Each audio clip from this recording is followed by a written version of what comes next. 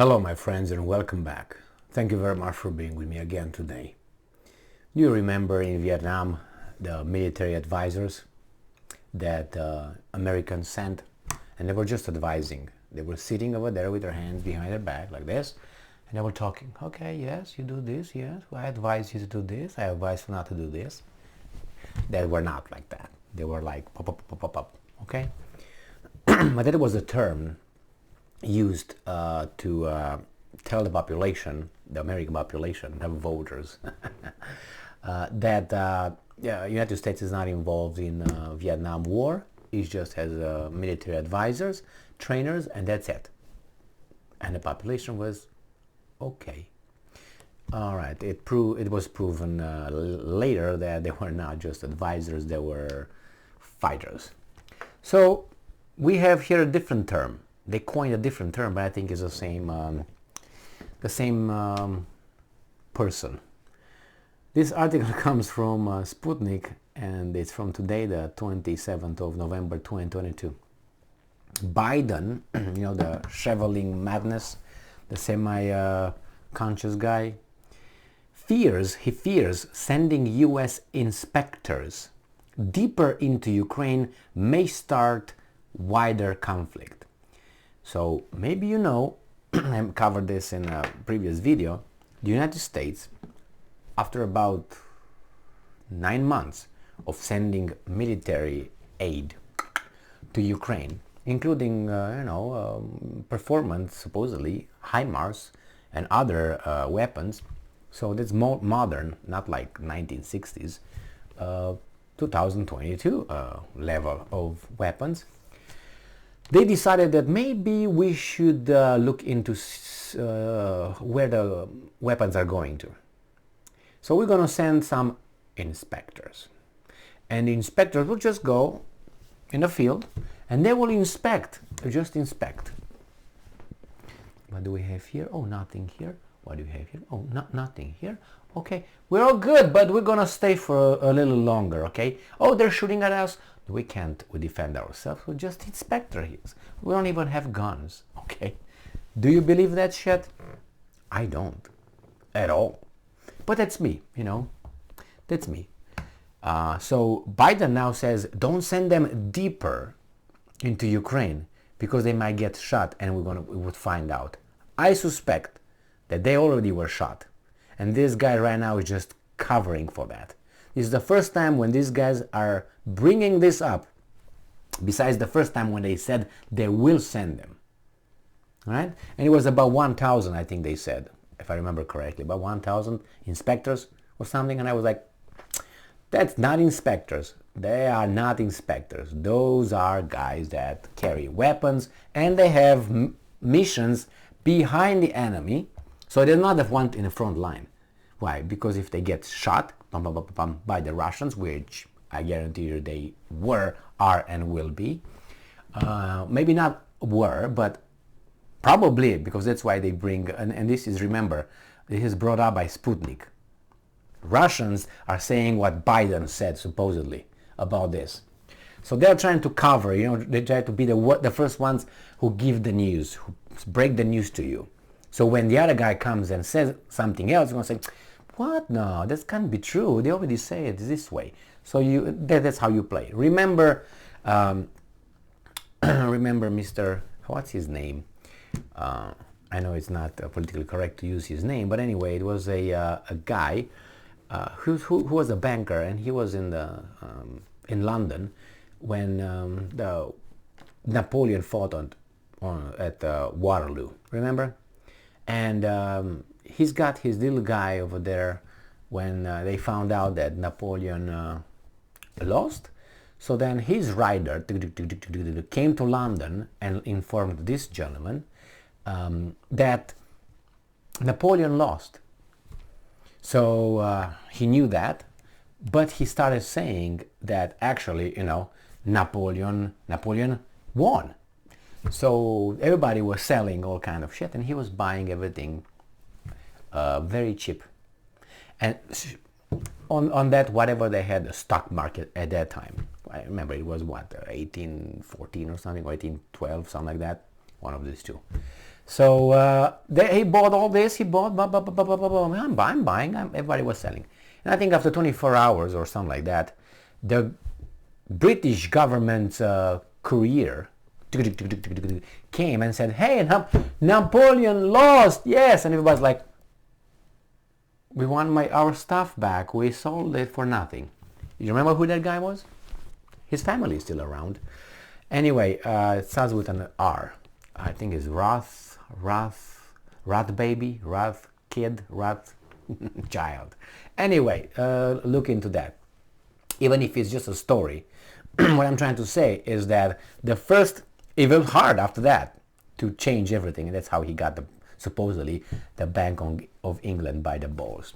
But usually in the mass media, or when you have, for instance, elections, and you have people who call the elections, okay, you hear certain people, oh, Fox News called, I don't know, Illinois for the Republicans. Now, it's hard then to come and say, hey, MSNBC called it for the Democrats. You look like the second ones are lying. You know, you have the first strike. So the same thing here. The same thing in this little, Biden says that he's not going to send them inside. Why? Because people will say, well, they're just inspectors. That's it. Nothing else. So let's see what's going on here with this article. US President Joe Biden has resisted bipartisan calls to get a clearer view on how American arms are being handled by moving inspectors closer to the front line for fear this may antagonize Russia. Wait, it's just inspectors. How can you antagonize Russia? Unless there's something else, which I think they are. So US officials told the Daily, on the condition of anonymity, that American experts were currently conducting weapons inspections unarmed, a condition which precludes them from going deeper into Ukraine. They're afraid they're going to be shot. I think they're afraid they're going to be shot, and the Russians are going to find them that they are not inspectors, but they are something else. That's my gut feeling. And I can have a gut feeling. Okay, not only women. Oh, all right. So checkpoints. Checkups are reportedly conducted when weapons are being transferred to Ukrainians, the only exception being sensitive technology. Missile systems like Avengers, Stingers, and Javelins warrant enhanced monitoring of the recipient nation. Earlier, U.S. reports suggested that Americans have performed just 2 in-person inspections in Ukraine since February, accounting for about 10% of the 22,000 U.S. supplied weapons, including Stingers and Javelins. Well, this is how it goes. Again, I'm telling you, I come from a society where everybody cuts corners. Not everybody, but that's kind of like a national sport. When people cheat, people bribe other people. That's why I didn't like that kind of shit, among others. So I came here, and it's the same way, but it's a little bit up there, more there than here. And here at least they let you live. They let you work honest and buy stuff and have a decent life. That's the only thing. They do the same thing here, but nicer. Here they get your money smiling, like the IRS. Over there they take your money with, oh, come over here, I'm going to give you... It's just different take, but it's the same. We're human. It's just a little different flavor. Okay, so just a different flavor. Now the thing is like this. When you come here, these guys, in my perspective, as a general public, are kind of naive. I think the life that is here is more isolated, insulated, not isolated, insulated, artificial. You can make it here easier than you can make it over there. And people tend to be more naive. That was my, like a general. That means not being weasels as much as those guys. So when these guys are telling you, like the inspectors, the Americans went over there, and they went and say, okay, we're going to see where the weapons go, okay? This is the naive, I would say, in general terms, okay? Stays over there and say, okay, the plane lands, I'm going to get everything, okay, this goes here, this goes here, this goes here, okay. This happens at the entry. Do you know how long it is before that thing supposedly gets to the front? You know how many miles are there? Do you know how many roads can go that those weapons? Do you know how many roads they can take? So you gotta follow that from its landing to the point where it's gonna be used in order to really know that that's not going from there, turns left and goes to that route. That you will never know.